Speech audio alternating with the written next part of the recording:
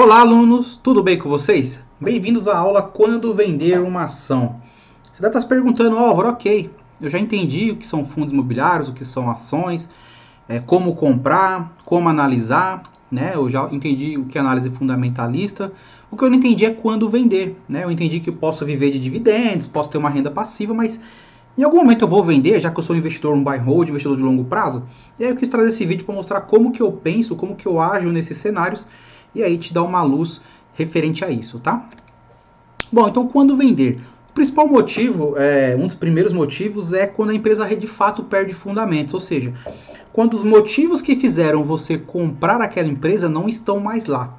Porém, tem uma pegadinha nisso aí, você tem que tomar muito cuidado, porque eu mesmo já cometi esse erro de achar que uma empresa perdeu fundamentos e de repente essa empresa só passou por um momento difícil, ou era um momento da economia difícil, ou era um momento do setor complicado, mas que no ano seguinte a empresa veio apresentando resultados e eu acabei me desesperando vendendo uma empresa porque eu olhei cotação, não olhei fundamentos, né? Não olhei perspectiva de melhora e vendi e depois quebrei a cara porque a empresa teve uma valorização expressiva nos anos seguintes. Então, o que você tem que fazer é, de fato, fazer uma análise fundamentalista e não olhar a cotação. Não é porque uma empresa caiu 30%, 40% que ela perdeu fundamentos, né? No longo prazo, a cotação segue o lucro, tá? Então, no longo prazo, a cotação, o gráfico de cotação e o gráfico de lucro, você vai ver que eles seguem. Eu já mostrei para vocês aqui como funciona.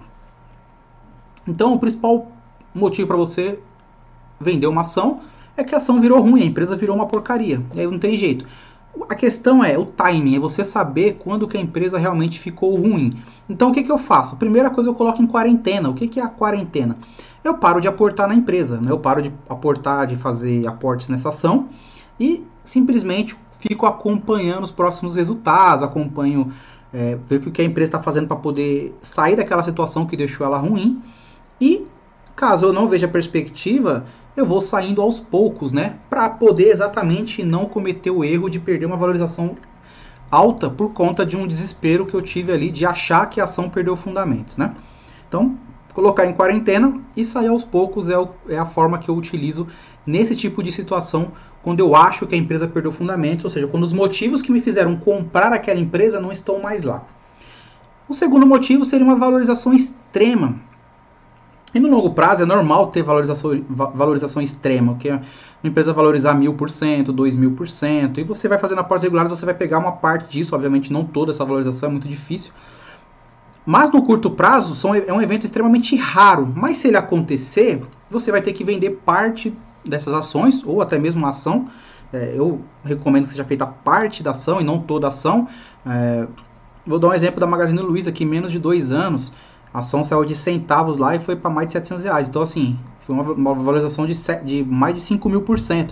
Então, quem tinha R$5.000 em Magazine Luiza e segurou do início ao fim, que ninguém fez isso, né? Mas se tivesse feito, teria mais de 1 milhão. Então, 1 milhão, você tem R$5.000, virou 1 milhão, você tem que vender parte, não vai ter jeito, né? Porque vai desbalancear muito a sua carteira.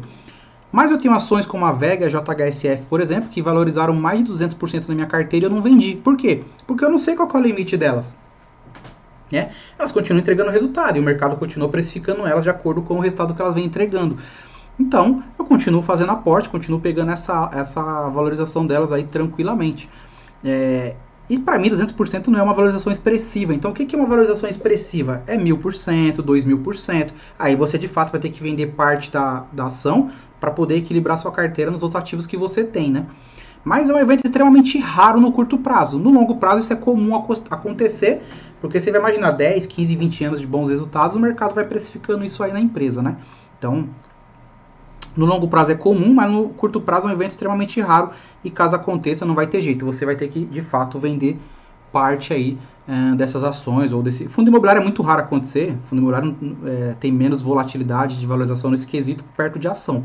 Mas o small cap, como foi o caso da Magazine Luiza, que é muito difícil acontecer, sempre deixando bem claro, as pessoas acham que vão ficar ricos rápido na bolsa de valores e querem ficar caçando a próxima Magazine Luiza e acaba quebrando a cara, porque a Magazine Luiza foi uma coisa muito fora da curva, que é muito raro acontecer.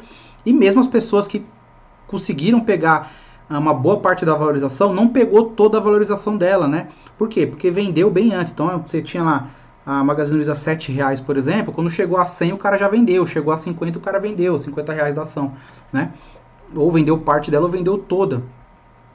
E se alguém fosse holder mesmo, daquele cara que segura, estaria com a ação até hoje aí e com milhões no bolso. Mas é muito difícil fazer isso, falar aqui também é fácil, né? Então se for uma venda que vai mudar a sua vida, que é o que eu penso, a venda desse ativo agora, ou parte desse ativo, vai mudar minha vida? Se não for mudar minha vida, vou deixar lá. É o caso da VEG, por exemplo, que o 200% para mim não é uma rentabilidade ainda, não é uma valorização que eu considero extrema, então para mim não faz sentido vender ela. Bom, mas se você precisar do dinheiro e não tiver jeito, então eu criei um checklist que eu sigo. Por exemplo, se eu precisar do dinheiro, o primeiro item é usar o dinheiro do meu trabalho, afinal de contas eu trabalho, né? Então, aconteceu alguma necessidade, alguma coisa, usar o dinheiro daquilo que me gera renda, que é o meu trabalho, né? Segundo, usar a renda dos investimentos. Então, se eu já estiver recebendo dividendo suficiente, tanto de ações quanto de fundos imobiliários, ao invés de reinvestir, naquele mês eu vou utilizar para pagar uma conta, para alguma coisa, né? Mas no começo vai ser difícil, né? Se você tiver pouco capital para investir, você vai receber pouquinhos de dividendos. Então esse item 2 talvez você não consiga atender agora, mas vai chegar uma época que você vai conseguir receber dividendos suficiente aí para poder pagar 1, 2, 3 contas, quem sabe até todas as suas contas no futuro. O terceiro é usar a reserva de emergência, que ela é feita exatamente para isso, para ser usada na emergência. Mas às vezes você pode precisar do dinheiro e não ser uma emergência, né? Para uma viagem, alguma coisa que você queira. Então, como terceiro item, você pode usar a reserva de emergência. O quarto, eu vejo que eu tenho alguma coisa para vender. Então, sei lá, alguma coisa que eu não esteja usando, que vai me gerar um dinheiro no curto prazo ali, eu procuro vender. O 5 é vender os títulos de renda fixa que estão mais próximos do vencimento. Então, se você tiver Tesouro Selic, ou IPCA, ou um pré-fixado, ou um CDB, alguma coisa, eu vou optar em vender a renda fixa olhando aquilo que está mais próximo do vencimento. E aí, como última etapa, aí sim eu vou vender parte dos investimentos. Aí o que eu vendo? Eu não vou vender o meu campeão. Eu não vou pegar uma VEG que está com 200% de rentabilidade, pode ter muito mais, e vou vender. Eu vou vender aquilo que está mais para trás, porque está na quarentena, ou que eu vejo que não tem tanto valor. Porque o seu campeão, aquelas ações suas boas, de boas empresas que estão sempre entregando resultado, estão dando valorização, não faz sentido você vender. Você vai vender o craque do seu time? Você vai vender os jogadores que fazem o time ali mexer? Então, eu prefiro vender os piores, tá? Ah, mas às vezes eu vou vender no prejuízo? Não tem problema. Não tem problema. As ações que estão valorizando muito, elas vão compensar e muito o prejuízo dessa ação ruim que está tendo. E numa carteira diversificada com 15, 20 ativos, 20 ações, misturando fundos imobiliários e etc., você vai ter ações que não vão performar bem. E é natural que isso aconteça, né? Então, o que você vai fazer? Vender essa ou vai vender as melhores que performam, que vão te entregar muito resultado no longo prazo? É melhor você vender aquele perna de pau lá que só está dando prejuízo.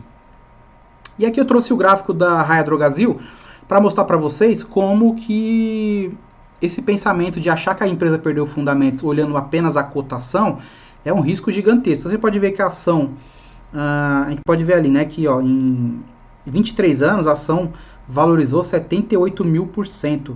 Em 20, 122.000%. Assim, é uma valorização extrema. Mas para chegar nesse nível, né, para chegar nessa valorização extrema que ela teve, foi no longo prazo. E no caminho do longo prazo, teve várias quedas, né? Então você pode ver vários tipos de quedas que teve aqui, de 20, 30, até 40%. E continua subindo. Ou seja, uma ação de boa empresa, ela não vai subir assim em linha reta. Lá no meio do caminho é a mesma coisa que a Bolsa de Valores. Se você pegar o gráfico de longo prazo da Bolsa de Valores, você vai ver que não é uma linha reta. Ela sobe, cai, aí sobe, cai, né? Então, o exemplo típico aqui da Raia Drogasil, que quem ficou desesperado aqui, ó, pode ter vendido a ação, por exemplo, nos R$15, quando ela chegou a 9. Depois ela chegou a 23 e caiu para 13. Aí você falou, putz, ela perdeu o dobro aqui, né? Eu vou vender porque perdeu fundamentos. E ó, a valorização que você perdeu. Depois chegou a R$100, né? Mas antes de chegar a R$100, olha o tanto de queda que teve no caminho. Então é isso que eu quero dizer para você. Tomar cuidado em achar que uma empresa perdeu fundamentos, né? Olhando apenas cotação. Olha fundamentos. Olha lá entra no site de RI, olha toda a justificativa da empresa, o que ela espera para os próximos trimestres, para o próximo ano, né? Lê lá a entrevista com o presidente da empresa, o CEO, o diretor de relacionamento, o diretor financeiro. É assim que um sócio tem que ser, é como se a empresa fosse sua, né? Você vai vender a sua empresa quando ela estiver no momento ruim, ou se você vai acreditar e falar, eu tenho um bom negócio aqui e eu sei que ele vai me trazer retorno, né? Você vai vender só porque passou aí por um momento difícil?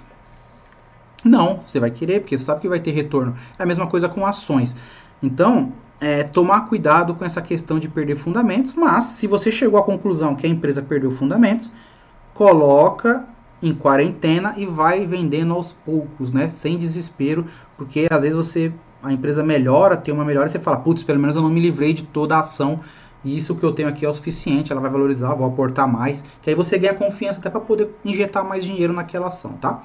Então nessa aula é isso, eu espero que você tenha gostado do conteúdo. Eu sei que as pessoas têm muita dúvida, né? Ah, buy hold é segurar a ação para sempre? Não, não é. Não é. Se você acumulou ações suficiente no longo prazo, você pode vender parte do patrimônio, pode vender seu patrimônio todo, que acaba não fazendo muito sentido, né?